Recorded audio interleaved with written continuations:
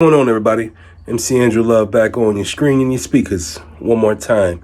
And welcome to another edition of Let's Chat and Jam.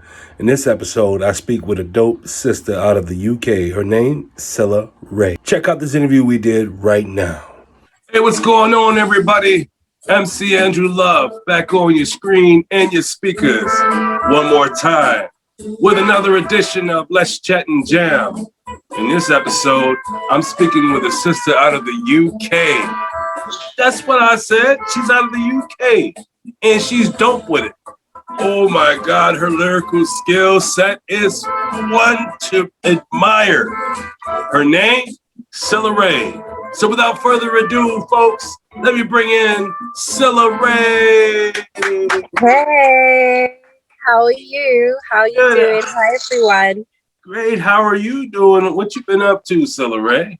Oh, so I've been up to so much. I just released a new single like a week and a half ago now. So I've literally been promoting, doing various interviews, just kind of, preparing for my EP that's coming up as well. So just a whole bunch of musical things, and obviously trying to get everything done in the scope of what's going on right now. I guess we're kind of easing off lockdown. So at the same time, we're trying to just figure things out, trying to get it all together.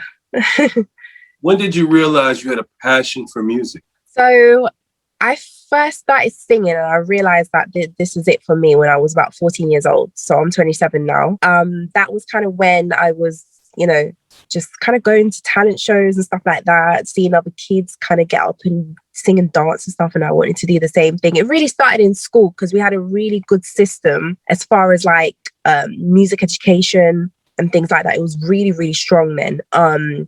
So I would take vocal lessons, dance lessons. I even tried to do a little bit of acting and things like that. So back then, I guess, just watching all the greats as well, kind of growing up, the Aaliyahs of the world, the Destiny's Childs, the Brandies, the Monicas, like all those girls. And I know they're all like US artists. I think I'm obsessed. I used to watch all those women and I used to think, I'm just so fascinated. So I just knew like, okay, yeah, this is something I'm definitely going to pursue. So, yeah. Who are your greatest influences? I would say number one, Aaliyah, definitely. Because she was one of the first, obviously her being a woman, but she was one of the first artists I kind of got to know properly in a sense of like just being an artist myself and trying to figure out what my style was going to be. Her tone of voice was very similar to mine. For instance, she had that soft, sultry singing voice that I just used to love. And I would tell people like I used to lay on my floor in my bedroom when I was young, and I just look up whilst the sun was setting and just play her songs all night. I know that's weird, but yeah. Oh no, that's not weird at all. I just used to just daydream to her music, and I think that kind of gave me the essence of just songwriting and writing music and just singing and the style of singing and stuff. So she was definitely one of my first inspirations. And then obviously all the girls that were out at the time, like I said, the Destiny's Childs, because I love Beyonce as well, the Brandies, Monica, all those girls really, really I took a lot of inspiration from. So yeah. When you're not in the studio and you're not making music, what do you usually do? So I have a young boy. He's 3 years old now. So before I was pretty much balancing multiple things. So I was finishing up a degree. So I have a degree in public relations, but I also have a degree, a master's degree in music business management. So I would simultaneously like go to school, work part-time and do music all at the same time. So that was literally my life, like doing shows, putting music out, again, doing radio tours and stuff like that. And then obviously my son came along and I just, decided to just take a little bit of a break so I can just focus on, becoming a mom.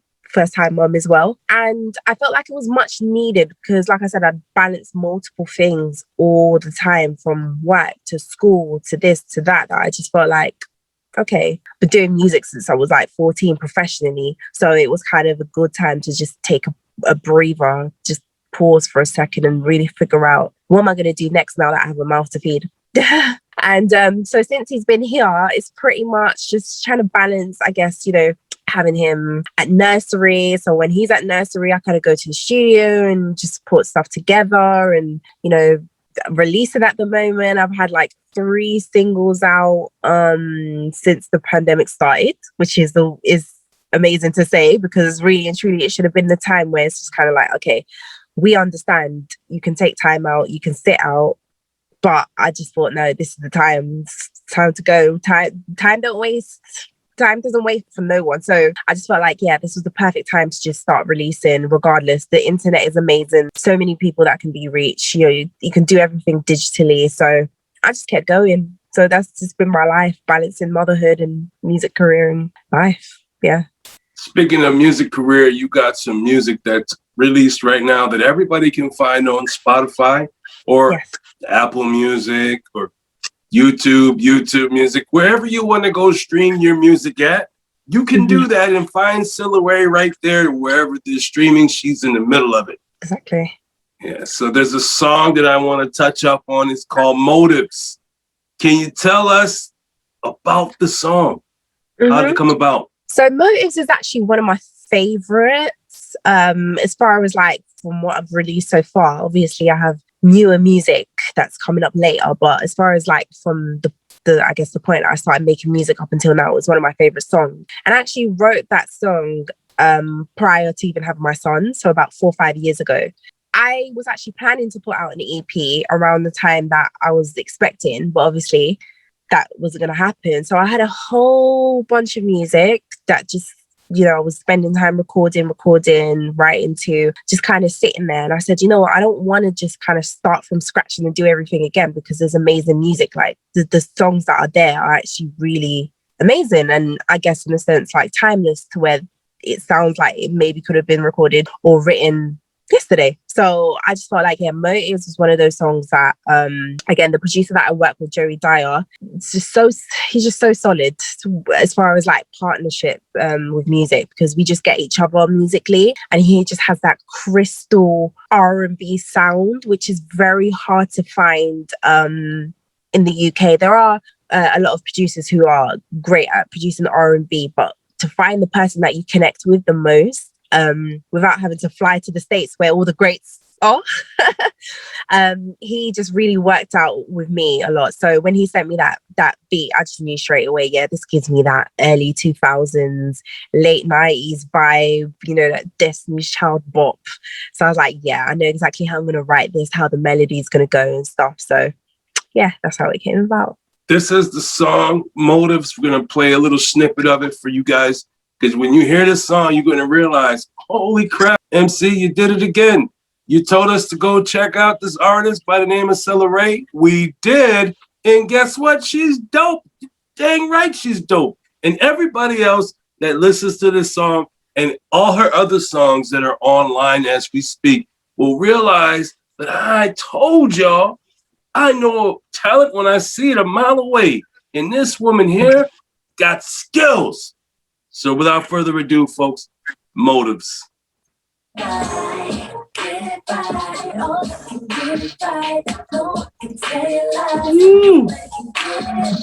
Oh yeah, it's that song right here.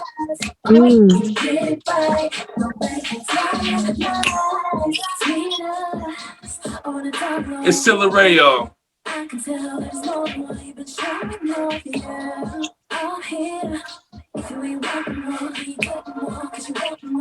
Like I said, y'all could go to Spotify yourselves and tap in, and you can check this out on your own time. Cilla Raie, y'all. Man, Cilla Raie, that was a dope song. I enjoyed that. Thank you. I'm so glad you like it. Oh, man, I like all your songs, Cilla Raie. I gotta be really honest with you. I am a fan, like big time. Oh, I appreciate that. Tell us some of the experiences you've had since you've been in the industry. Oh, so I've had a lot of experiences, different types of experiences. I guess I'll start from the very beginning. So when I was 14, that's when I started recording professionally. I was using MySpace a lot back then. And my brother's also a producer, so I used to like take his beats and stuff without him knowing. And I used to just like write to them and just record them using like a little busted little headset. And I used to just put them on MySpace. So that's kind of how I got, I guess, discovered. There's a grime producer called Da Vinci. Not only just does grime, but does R&B and various other genres. He's kind of like a very established producer here. Just kind of saw me there. It was like, oh, do you want to come down to the studio? And I was like, yeah. Are you a real page? So I was just like, great, okay, cool. So I went down and also met his manager, Jackie Davison at the time. And she's a really huge songwriting manager. So they literally took the time out just to sit and mentor me as far as like, okay, this is how you mix, this is how you record, this is how you use your voice in the booth, this is how you structure your songs, write your songs, like, you know, just everything. And it's so rare to see that kind of happen these days without it involving some kind of finance. But they literally just took the time out of their day for free just to literally mentor me. And I remember Jackie used to get me to come down to her office in London like once or twice a month. And she used to be like, oh, and she would have like all her other co-workers in there and interns and stuff. And she'd be like, oh, what did you write today? I want to hear what you've written this week. And she just sit there like, ooh. But she would do that so consistently. And I think it really strengthened my songwriting. So I really appreciate that. So obviously moving forward from that, it just kind of, you know, you meet different people, you meet different producers and stuff like that. I remember having a few different managers, and I think I went through a few to begin with because it was just more so about understanding me as a person, but also understanding my vision and understanding where I wanted to go. But that was difficult because I was still really young. So I think this is the problem usually when you're managing young artists under the age of 20, is that a lot of them are still trying to figure themselves out. So they don't really even fully know themselves. But then when you get somebody else trying to dictate it or steer your image or your brand or your sound or whatever it is, you can clash a lot. And I remember the first manager, it was just a lot of like branding issues, because it was just like, oh, they want me to look like this, or they want me to present myself like this. And I'm like, oh, I don't really like it. And I'm walking into a room full of stylists who are dressing me like I'm 12 years old, and I'm like, oh. And I just didn't feel comfortable in that position. So I just had to find a way out and just be honest. And then going from there, it was just like, okay, the next manager's great. And they're an amazing A&R, but they want me to, and it's just like, okay, well, we can get you, or we have a deal on the table with Sony ATV, but your songwriting is great, but your singing is a bit, so we'll get you a deal for the songwriting. But as far as your singing, and it was just like, I had to just think like, okay, well, do I want to be stuck in a contract for 5-6 years? Solely just being in and out of sessions, just songwriting, and I go home and that's it. I can't do no artist stuff, and I didn't feel comfortable with that. So again, I just had to find the walls and leave. So I left that, and then, you know, I guess it was just always a case of just people kind of promising certain things or just projecting what they think is best for you and stuff like that. And I just kind of, it was a hard time for me to have to get through it all. But luckily I ended up staying with my current manager, Terry Keys, who's been around for the longest time. He has my best interest business wise, and also kind of allows me to have the leeway to do what I need to do as an artist and find my sound, you know, hence why I have the music I have out today, because it was all down to just me. So yeah, it's been a lot of ups and downs. You know, I can guarantee anybody who is in the music industry, if you ask them if they've ever been through something, every single person has. You know, some to a larger extent and others not so much. But yeah, it's been a long road and a long journey. But I'm at a place now where it's just kind of like, well, I understand myself and I know myself. So yeah, you'd have to come correct. Yeah. Well, I got to say, too, I'm glad you found your voice, because you are a dope artist. And got to say, shout out to your management, man, for sticking it through and holding it down. It's like, you know, I'm not going to leave this because I know we're going to be all right. Yeah, and, yeah. And you're really good at what you do. So what is your process? I mean, you hear a beat. Do you write the song before you go to the studio? Or do you get to the studio, don't know what you're going to do, somebody lets you hear a beat, and then you write it when you at the studio? What's your process? Right, so that's really interesting. So because life for me at the moment is a bit different, obviously me having a son, but prior to him, I used to we just would go to the studio and start from scratch. So it would just be like, okay, cool, let's vibe out, drink a little bit, soft drinks for me, drink a little bit, just vibe out and just create something from scratch. And then some of the time I'd get sent like music and stuff like that, and then I'd write at home and then record. Now, like nowadays, I tend to just kind of either I'd go to the studio and they would play me a whole bunch of stuff that the producer's been working on, maybe for the week or the month or even the year. And I'll just kind of pick from the selection of the beats, or I'll just simply ask them, okay, have you got this type of song or this type of style of production? Can you send me it over? And I literally just draft at home. I write it all. I mean, my EP that's coming up soon, I literally wrote every single song like after my son went to bed at 8 o'clock and finished at like midnight. And then literally it makes it easier for me because then I know how many hours I'm going to book the studio for, because normally I can get one song done within 2-3 hours. So I would literally just block out those hours across the week for the 2-3 hours, and then just go record from there. It just kind of makes the process easier and faster for me, but still at the same time I get to kind of be in my own home setting and be comfortable and write the song the way I want to write it. And if I make changes, I usually just make it in the studio. So it's just a bit more efficient now. Yeah.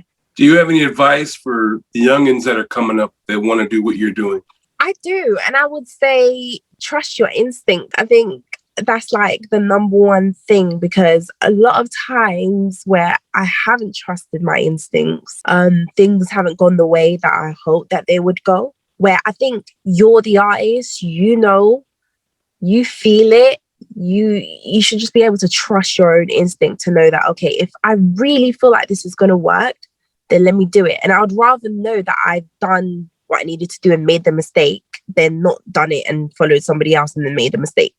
So I'll definitely say to other artists, just trust your instinct and just kind of do what you feel is best. Yeah. Do you have any burning desires? Burning desires? I do. They're all categorized though. I would say personal life. My burning desire would be like, I really just want to like have my home, purchase a house, a lovely house for me and my son, just purchase, not have to worry about anything, being financially stable. That would be amazing. I know this is more than one desire, but yeah. And then also I would definitely love to be able to travel to the States and work with some of the top R&B producers, like the baby faces of the world, the Dark Childs of the world, all of those guys, Tricky Stewart, everyone. Like that would be a dream, honestly. Yeah. You keep singing the way you're singing, and that burning desire will come true quicker than you can say peanut butter and jelly sandwich. I hope so. Those producers, and I have so much more. Like I literally used to like list a whole bunch of producers from the States, because obviously that's where R&B originates. That's where R&B is from. So why would you not want to go back to the core of where R&B is, which is the United States? And I'd have a whole list of them. And I'd just be like, one day I want to work with that person, this person. And if I'm able to achieve that, I'm happy. I'm good. If nothing ever worked out from there, I'm good, because I've worked with these amazing guys. So yeah. Cilla Raie, tell the folks, what does music mean to you? Oh, music for me is like a spiritual thing, because it's so engraved in me. It's so engraved in my soul that I feel like if I lived without it, I couldn't live. Music is definitely something deeply engraved, to the point where it's just like, it greatly affects my mood. Like I said, I could be going through something so terrible and so awful, but just being able to listen to anything would make me feel like, okay, this has completely changed my mood for the day. Or if I'm in a great mood, it's just having music on just makes me feel even better. So music just affects me in so many different ways. And sometimes you listen to certain songs throughout your life and you remember those songs and you remember those moments. Like it's really powerful. Now I can listen to a song today and I remember that exact moment. Like there's one particular song, Tupac Changes. Every time I hear that song, I just think of one particular moment in my life and it just constantly reminds me of that moment. So yeah, it's so powerful in so many different ways that it's just something I just couldn't ever live without. So yeah. America and the UK. It is I, MC Andrew Love. This is Let's Chat and Jam. And this special guest is Cilla Raie. Ooh, real dope artist. And I'll tell you something, folks. It has been a wonderful experience interviewing Cilla Raie and getting to know who she is. She's a dope artist. And I highly recommend that everybody who loves music to go tap into Cilla Raie. She's got music for everybody. And I mean everybody. So if you're looking for stuff that's dealing with idiot guys that keep pissing you off, she's got music like that. And if you're talking about love for your man and your family and all that good stuff, she's got music like that too. Cilla Raie has music for everyone. So go on and tap into some Cilla Raie. Type in CILLARAIE and she'll pop right up. Thank you for coming through, Cilla Raie. I do appreciate your time. Can you tell everybody where they can find you? First of all, thank you so much for having me. I honestly appreciate this. It's amazing to talk to someone, outside of my setting. But yeah, you can find me everywhere. I'm so active online. I have an official site, CillaRaie.com, Instagram, Cilla Raie, YouTube, Cilla Raie TV, Facebook, it's Cilla Raie, Twitter, Cilla Raie. I'm all the streaming platforms. I'm there. I'm everywhere. So yeah. That's dope, man. And I can't wait to hear what else you have in store for us here in America, because your music is dope. And I'm digging the vibes. For real. Thank you. Thank you so much. Thank you so much. It's been a win-win-win situation for me, and I'm so glad you're here. And I'm so glad you came through. One of the real few bright sparks of my week. And you're really, really cool, man. And your music, your music is like really, really dope. And it's something that people can actually listen to and enjoy. It's music that's actually music that my mama grew up with. Music that everybody's parents grew up with. Not this crap that you hear today on the radio. Your music is real music. Oh, thank you. Yeah, definitely. And that song means time has run out. And since you've been here for the first time, you have now become part of the Let's Chat and Jam fan. Meaning you don't have to wait for me to call you and say, Cilla, come on the show. You can hit me up in my DMs and say, hey, Drew, I got something to talk about. I want to get on there because I have some new music I have to promote. And I just want to get on your show. Can I do it? I'm going to get my calendar, pencil you in and say, deal, you in the show. It's just that easy to be on you. Yes. And thank you for tapping in. I do appreciate you. Please stay safe out there in the UK. And everybody else, y'all stay safe. And just remember, you can accomplish anything. If you have a dream, go ahead and go for it. Because all you have to do is take one step forward and keep striving. And you can make it happen. Peace out, everybody. Thanks for watching. And if you like what you saw, please subscribe to the channel. Also, like and share the content, as well as hit the notification icon so you don't miss a conversation with series right here on Let's Chat and Jam.